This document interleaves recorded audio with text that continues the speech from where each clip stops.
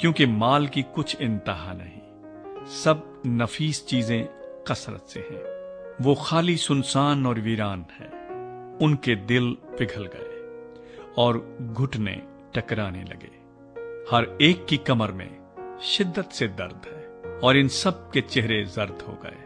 شیروں کی ماند اور جوان ببروں کی کھانے کی جگہ کہاں ہے، جس میں شیر ببر اور شیرنی اور ان کے بچے بے خوف پھرتے تھے۔ شیر ببر اپنے بچوں کی خوراک کے لیے پھاڑتا تھا اور اپنی شیرنیوں کے لیے گلا گھونٹتا تھا، اور اپنی ماندوں کو شکار سے اور غاروں کو پھاڑے ہوں سے بھرتا تھا۔ رب الافواج فرماتا ہے، دیکھ میں تیرا مخالف ہوں اور اس کے رتھوں کو جلا کر دھواں بنا دوں گا، اور تلوار تیرے جوان ببروں کو کھا جائے گی، اور میں تیرا شکار زمین پر سے مٹا ڈالوں گا، اور تیرے ایلچیوں کی آواز پھر سنائی نہ دے گی۔ تیسرا باب، خون ریز شہر پر افسوس، وہ جھوٹ اور لوٹ سے بالکل بھرا ہے، وہ لوٹ مار سے باز نہیں آتا۔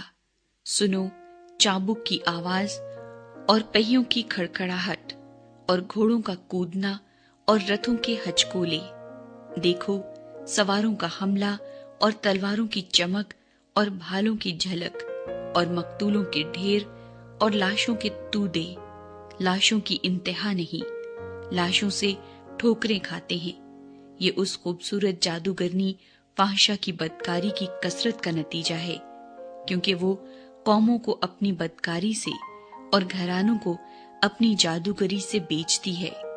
رب الافواج فرماتا ہے، دیکھ میں تیرا مخالف ہوں اور تیرے سامنے سے تیرا دامن اٹھا دوں گا، اور قوموں کو تیری برہنگی اور مملکتوں کو تیرا ستر دکھا دوں گا، اور نجاست تجھ پر ڈالوں گا اور تجھے رسوا کروں گا، ہاں تجھے انگشت نما کر دوں گا، اور جو کوئی تجھ پر نگاہ کرے گا تجھ سے بھاگے گا اور کہے گا کہ نینوا ویران ہوا، اس پر کون ترس کھائے گا؟ میں تیرے لیے تسلی دینے والے کہاں سے لاؤں؟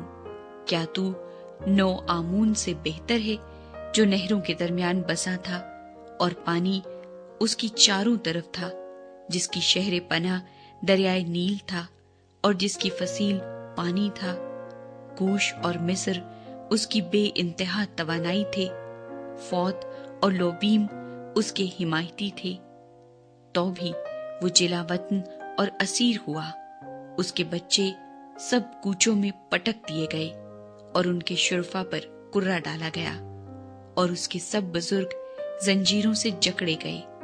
تو بھی مست ہو کر اپنے آپ کو چھپائے گا اور دشمن کے سامنے سے پناہ ڈھونڈے گا۔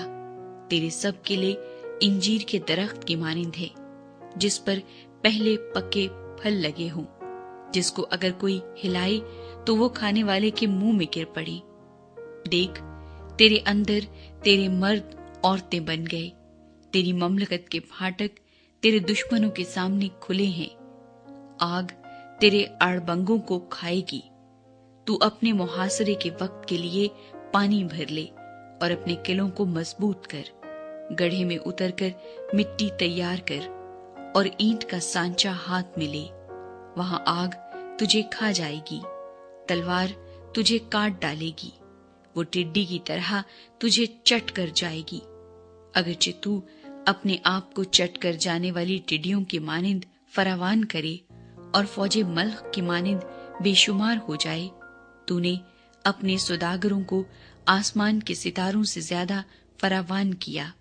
چٹ کر جانے والی ٹڈی خراب کر کے اڑ جاتی ہے، تیرے عمرہ ملخ اور تیرے سردار ٹڈیوں کا ہجوم ہے، جو سردی کے وقت جھاڑیوں میں رہتی ہیں اور جب آفتاب نکلتا ہے تو اڑ جاتی ہیں، اور ان کا مکان کوئی نہیں جانتا۔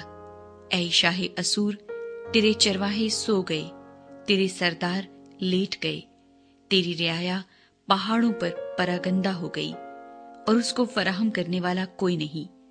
تیری شکستگی لا علاج ہے، تیرا زخم کاری ہے، تیرا حال سن کر سب تالی بجائیں گے، کیونکہ کون ہے جس پر ہمیشہ تیری شرارت کا بار نہ تھا۔